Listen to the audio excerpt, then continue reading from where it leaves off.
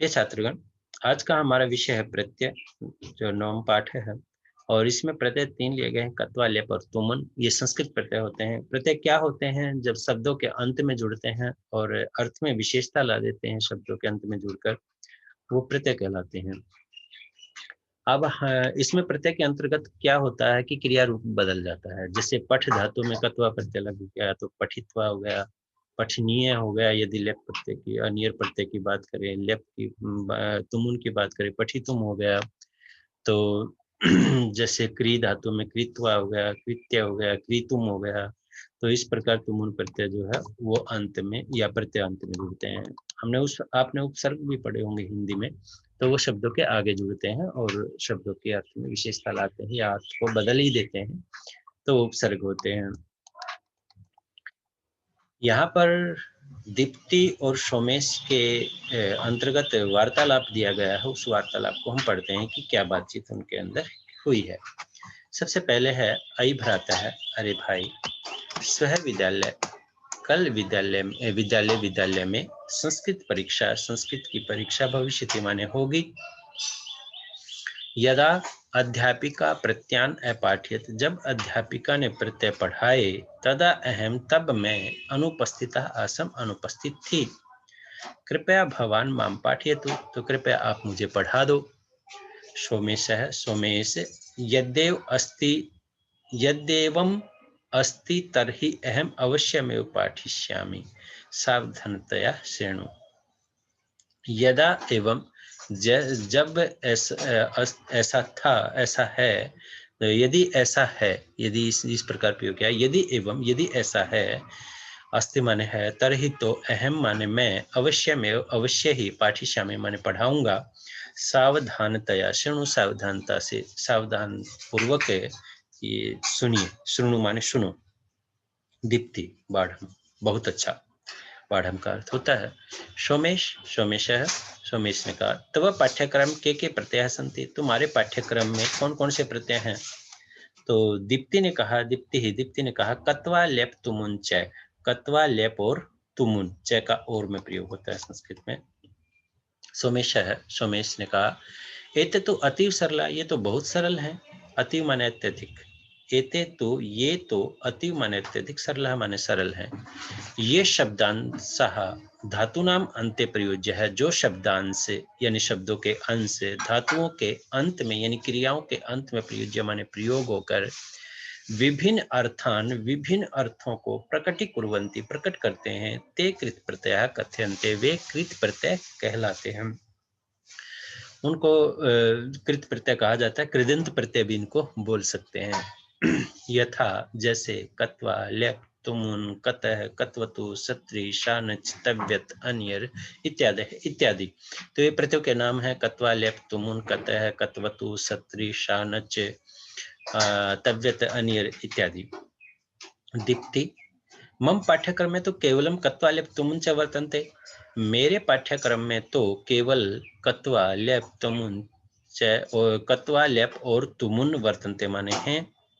सोमेश, ऐसा तो कृत प्रत्यय परिचय है, यह तो कृत प्रत्ययों का परिचय, एव माने ही, आसित माने था, यानी यह तो कृत प्रत्ययों का परिचय था। कृदंत भी कह सकते हैं कृत प्रत्यय को, कृदंत, क्री, द, अदन्य, तय, कृदंत प्रत्यय का परिचय ही था।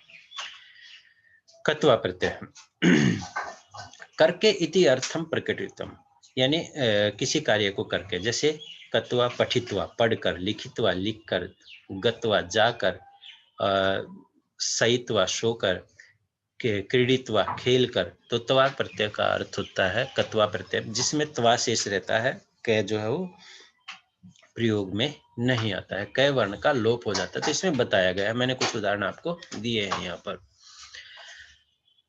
करके अर्थ प्रकट करता है और धातु के साथ कत्व प्रत्यय का प्रयोग होता है। धातु नाम सह कत्वा प्रत्यय से प्रयोज्यते, धातुओं के साथ कत्वा प्रत्यय का प्रयोग किया जाता है करके अर्थ में, प्रकट करने के लिए।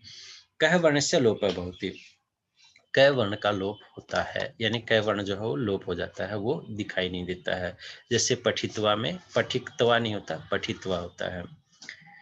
शेट धातुषु ई अपयुज्यते, शेट धातु में यानी कुछ धातुओं में ई भी प्रयोग होता है। और प्रत्यय प्रयोगानंतरम, प्रत्यय के प्रयोग करते समय तत्पदम, वह पद अव्यय कथ्यते, अव्यय कहा जाता है। उदाहरण जैसे दिया गया है, उदाहरणम हंस कत्वा यानी हसित्वा। हंस हस यदि हंसना होता है और कत्वा प्रत्यय लगा दिया जाए तो हस को कत्वा प्रत्यय लगाने पर हसित्वा होता है, जिसका अर्थ होता है हंसकर। और लिख को कत्वा प्रत्यय लगा दिया जाए तो लिखकर हो जाएगा, लिखित्वा हो जाएगा। पढ़ कर कत्वा प्रत्यय लगा जाए तो पठित्वा हो जाएगा। गम धातु को कत्वा प्रत्यय लगा दिया जाए तो गत्वा हो जाएगा, जिसका अर्थ जाकर, हंसकर, लिख कर, पढ़ कर, सोकर, चलकर। जैसे चलित्वा होता है, चलकर हो जाएगा। तो इस प्रकार प्रयोग होते हैं। दीप्ति अधुना अहम अवगच्छम, अब मैं जान गई। तथैव वैसे ही चलित्वा, जैसे मैंने बता दिया बीच में, चलित्वा चलकर, लिखित्वा लिखकर, पठित्वा पढ़कर, स्थित्वा ठहरकर, आदि रूपाणि भविष्यन्ति, आदि रूप होते हैं। परम कत्वा प्रत्यय लेप कदा भवति, यानी परंतु कत्वा प्रत्यय लेप कब होता है, यानी लेप प्रत्यय कब होता है।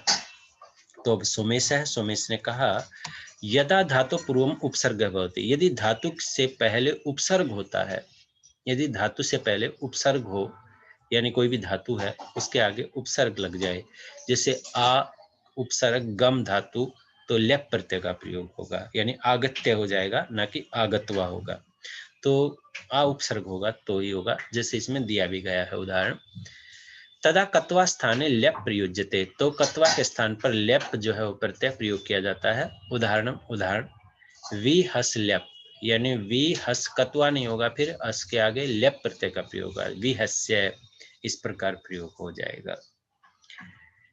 दीप्ति किम अर्थ न परिवर्तते, किम क्या अर्थ है, माने अर्थ न परिवर्तते, नहीं बदलता, क्या अर्थ नहीं बदलता इससे। सोमेशः कुत्रापि परिवर्तते कुत्रापि न, कहीं बदल जाता और कहीं नहीं बदलता है। यथा माने जैसे उत सथा लेप, यानी उत उपसर्ग है, स्था धातु है और लेप प्रत्यय है उत्थाय, इसका अर्थ होता है उठकर। और अब स्था को कत्वा प्रत्यय लगा दिया जाए तो स्था स्थित्वा हो जाएगा, लेप प्रत्यय लगाएंगे तो आय होगा, और यदि कत्वा प्रत्यय लगाएंगे त्वा होगा। तो यही ध्यान रखना है। उपगम लेप, इस दोनों का अर्थ था ठहर कर, और यदि उप उपसर्ग गम धातु लेप प्रत्यय होगा तो उपगम्य हो जाएगा, जिसका अर्थ जाकर हो जाएगा, पास जाकर हो जाएगा। और गम को कत्वा प्रत्यय लगा दिया तो गत्वा जाकर हो जाएगा। प्रनम लेप प्रणम्य, जिसका अर्थ होगा, तो रे है इस शब्द में, तो रे है तो जिसमें न को अण हो जाता है तो प्रणम्य हो जाएगा, प्रणाम करके। नम कत्वा नत्वा, इसका अर्थ भी प्रणाम करके ही होता है। लेप प्रत्यांतम पदम अपि अव्यय कथ्यते, लप जो प्रत्यय से अंत जो पद है वो भी क्या कहलाता है, अव्यय कहलाता है। अव्यय क्या होते हैं, अव्यय है, यानी किसी पर किसी वचन लिंग कारक आदि का कोई असर नहीं पड़ता, यानी जिसके कारण लिंग वचन कारक के कारण जिन शब्दों पर कोई प्रभाव नहीं पड़ता है वो अव्यय कहलाते, तो अव्यय बन जाता है। दीप्ति अधुना मैं अंतरम ज्ञातम, अब मेरे द्वारा अंतर जो है वो पता चल गया है। सोमेश शोभनम अधुना तुमुन प्रत्यय से विषय सुनो, अब तुमुन प्रत्यय के विषय में सुनो। तुमुन प्रत्यय अर्थ होता है के लिए, इति अर्थे, के लिए इति अर्थे, के लिए इस अर्थ में धातु नाम से है, धातु के साथ तुमुन प्रयुज्यते, तुमुन प्रत्यय का प्रयोग होता है। उन इति पदस्य लोप है भवति, तुमुन में उन प्रत्यय जो है वो लोप हो जाता है, यानी समाप्त हो जाता है, तुम शेष रह जाता है। तो शेष धातुषु ई अपि प्रयुज्यते, कुछ धातुओं में जो है ई का भी प्रयोग होता है। तुमुन प्रत्यांतरम पदम अपि अव्यय कथ्यते, तुमुन प्रत्यात पद भी क्या कहलाता है, अव्यय कहलाता है। अर्थात जो तुमुन प्रत्यय से बना हुआ शब्द है वो ना तो उसको हम बदल सकते हैं, क्योंकि अव्यय क्या होते हैं, ऐसे शब्द जो हर स्थिति में एक जैसे ही रहते हैं, यानी उनको एक वचन से द्विवचन में या बहुवचन में नहीं बदल सकते हैं, और कोई भी परिवर्तन उनमें नहीं होता है। जैसे गंतुम है, गंतुम को हम जो है बहुवचन या एक द्विवचन में नहीं बदल सकते हैं, तो इसलिए ये अव्यय शब्द जो है वो बन जाता है।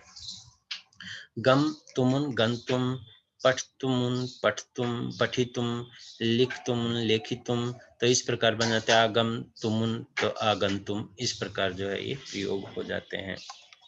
नोट, विशेष क्या है? अत्र यदि धातु पूर्वम उपसर्ग भवति, यहाँ पर यदि धातु से पहले उपसर्ग होता है तथापि तो भी तुमुन एवं प्रयुज्यते, तुमुन ही प्रयोग होता है। जैसे कत्वा में यदि उपसर्ग प्रयोग हो गया तो वहां पर लेप प्रत्यय प्रयोग होता है, यहाँ पर तुमुन ही रहेगा। दीप्ति किम आत्मनेपदी धातुना सैपि एते प्रयतः प्रयुज्यते, क्या आत्मनेपदी धातुओं के साथ भी ये प्रत्यय प्रयोग होते हैं? सो में से आम, जी हाँ। उचितम पृष्ठम, सही पूछा। प्रयोगम पश्य, प्रयोग देखो। शेव कत्वा, शेव जो है आत्मनेपदी धातु है। दो प्रकार की धातु होती है, आत्मनेपदी और परस्मैपदी और उभयपदी, तीन प्रकार की होती है। तो सेव कत्वा, सेवित्वा, सेव तुमुन, सेवितुम, तो इसमें तुमुन प्रत्यय भी प्रयोग होता है। दीप्ति धन्यवाद है, धन्यवाद। सोमेश पाठस्य अंते दत्ताम तालिकाम अपिशम, पाठ के अंत में दी गई तालिका को भी याद करो। तदा त्वम पूर्णांकम प्राप्स्यसि, तभी तुम पूर्णांक यानी पूर्ण अंक प्राप्त कर पाओगी। दीप्ति अहम तो अवश्य में समरिष्यामि, मैं तो अवश्य ही याद करूंगी। तो ये शब्दार्थ दे रखे हैं, वो मैंने आपको बता ही दिए हैं। अब क्रियापदानि चित्वा रिक्त स्थानेषु लिखत, क्रियापद चुनकर जो है रिक्त स्थानों में भरिए कि कौन सा किसके साथ आएगा। कृपया भवान माम पाठयतु, कृपया आप मुझे पढ़ाइए, पढ़ाओ, तो ये कहा था, तो इसमें क्या आ जाएगा? पहला। सावधानतया शृणु, सावधान पूर्वक सुनो, तो ये 2 नंबर पे आ जाएगा। इसके बाद है अधुना अहम अवगच्छम, अब मैं जान गया या जान गई, इसके लिए अवगच्छम शब्द जो है वो प्रयोग होगा। स्विद्यालय संस्कृत परीक्षा भविष्यति, कल विद्यालय में संस्कृत की परीक्षा होगी। प्रत्यय तो अतीव सरला संति, प्रत्यय तो अत्यधिक सरल है, ये 5वां रहेगा। ये इस प्रकार आएंगे। विपरीत पदानाम उचितम मेलनम कुरुते, विपरीत पदों का उचित मिलान कीजिए, यानी ये जो है इनके विपरीत पद करने हैं। जैसे कृत्वा खरीद कर होता है और विक्रिय माने बेच कर होता है, तो कृत्वा का विक्रिय हो जाएगा। दत्वा देकर होता है, तो इसमें आदाय लेकर होता है, तो ये आ जाएगा। स्मृत्वा याद करके और विस्मृत्या भूल कर, तो इस प्रकार ये आ जाएगा। स्थित्वा ठहर कर और उत्थाय उठकर, तो स्थित्वा बैठकर भी प्रयोग होता है, तो इसलिए उत्थाय आएगा, उठकर होगा। गत्वा जाकर, आगत्य आकर, ये प्रयोग होंगे। तो ये था हमारा दूसरा क्वेश्चन। अधोलिखित वाक्येषु केचन शब्दाः कत्वा ल्यप तुमुन प्रत्ययः सन्ति, तान् चित्वा रिक्त स्थाने लिखत, उनको चुनकर रिक्त स्थान में लिखना है। तो इनमें से कुछ शब्द हैं जिनमें कत्वा लेप और तुमुन का प्रयोग हुआ है, वो लिखने हैं। जैसे जित्वा में कत्वा प्रत्यय हुआ है, उत्थाय में लेप प्रत्यय हुआ है, उदस्था यानी उपसर्ग पूर्वक, अवतीर्य ये लेप प्रत्यय प्रयोग हुआ है। इसके बाद पुस्तकानि क्रेतुम, तुमुन प्रत्यय हुआ है, ये शब्द आगे लिख देना है। पित्वा ये लिख देना है। दत्वा ये शब्द जो है यहाँ पर लिखने हैं बस। इसके बाद नेक्स्ट मंजूषा आता है। पदानि चित्वा रिक्त स्थानानि पूरयेत्, मंजूषा से पद चुनकर लिखिए, रिक्त स्थान भरिए। तो ये हमें देखने की कौन से वाक्य में कौन सा शब्द जो है वो प्रयोग होगा। सह वह वृक्षम न शक्नोति, यानी वृक्ष पर चढ़ नहीं सकता, तो आरूढ़म का प्रयोग यहाँ पर किया गया है कि नहीं चढ़ सकता है। सर्पम बाल है भयभीत अभवत्, तो सर्प को देखकर बच्चा जो है भयभीत हुआ है, तो दृष्टवा आ जाएगा, देखकर। अवम खालिस्तान भोजनम पक्षा में है, मैं जो है भोजन कब करूँगा कब नहीं करूँगा, तो ये बताया गया है। तो आवाम हम दोनों, मिलित्वा मिलकर, हम दोनों मिलकर भोजन करेंगे। विद्याम खालिस्तान देश से सेवाम करो, विद्या को प्राप्त करके आ जाएगा, तो प्राप्य आ जाएगा। विद्याम प्राप्य देश से सेवाम करो, विद्या प्राप्त करके देश की सेवा करो। हास्य कथाम श्रुत्वा, यानी हास्य कथा का मतलब मजाक की कहानी सुन के, बालः उच्चै हसन्ति, बालक जोर जोर से हंसते हैं, तो श्रुत्वा यहाँ पर आ जाएगा। तो ये 5 नंबर पे आ जाएगा। प्रकृति प्रत्ययम च पृथक अर्थ, यानी प्रत्यय जो है वो शब्दों से अलग करने हैं कि कौन सी धातु है और कौन सा प्रत्यय है।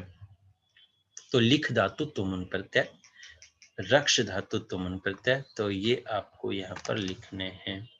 तो इसके लिए हम प्रयोग कर लेते हैं, शब्द लिख कर बता देते हैं।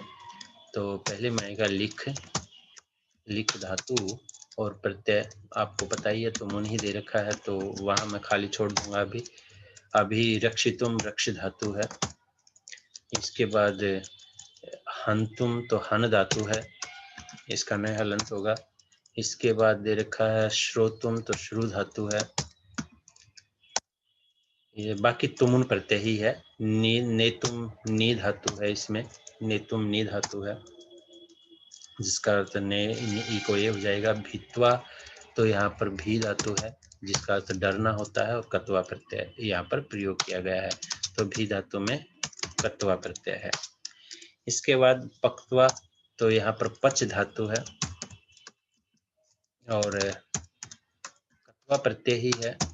ठीक है, यहाँ पर जो ऊपर दे रखा है वही है, तो त्वा में जो है कत्वा प्रत्यय आएगा। दृष्टवा तो दृश्य धातु है, दृष्ट नहीं दृश्य धातु है, ये ध्यान रखना है। यहाँ पर दृश्य धातु।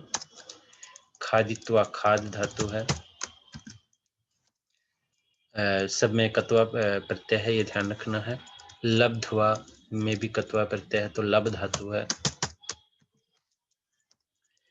स्थित्वा स्था धातु है। हशित्वा हस धातु है। तो बाकी ये प्रत्यय वैसे का वैसा जो ऊपर लिखा हुआ सब में कत्वा प्रत्यय आएगा, इनमें भित्वा से लेकर हशित्वा तक। तो ये है।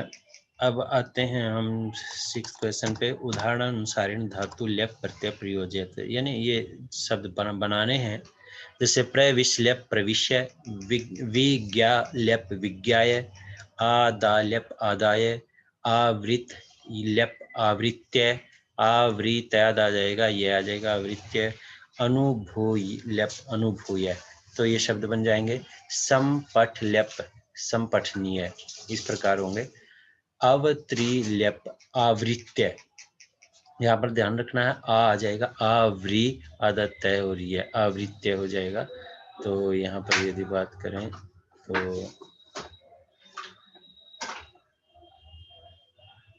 वे के नीचे री आएगा, आदत्य आएगा और आवृत्य ऐसे आ जाएगा। प्रणम ल्यप प्रणम्य, तो ये 3-4 जो है ना वो अंत के मैं लिख के बता देता हूँ, क्योंकि इसमें गलतियां कर सकते हो आप। तो संपठनीय, तो यहाँ पर आपने ऐसे लिखना है संपठनीय। इसके बाद आवृत्य तयादा रहेगा, आवृत्य। इसके बाद प्रणम्य, इसके बाद है विचिन्त्य, प्रकार होंगे। और बाकी ये वैसे के वैसे हैं। प्रविश्य, विज्ञाय, आदाय, आवृत्य, तो यहाँ पर भी दे रखा है आवृत्य, यहाँ पर भी आवृत उपसर्ग दे रखा है, और यहाँ पर अवत्री दे रखा है। सॉरी, मैं आवृत्य पे चला गया था। अवत्रीय अवतार के रूप में दे रखा है यहाँ पर, तो ये नहीं आएगा। यहाँ पर ल्यप प्रत्यय दे रखा है।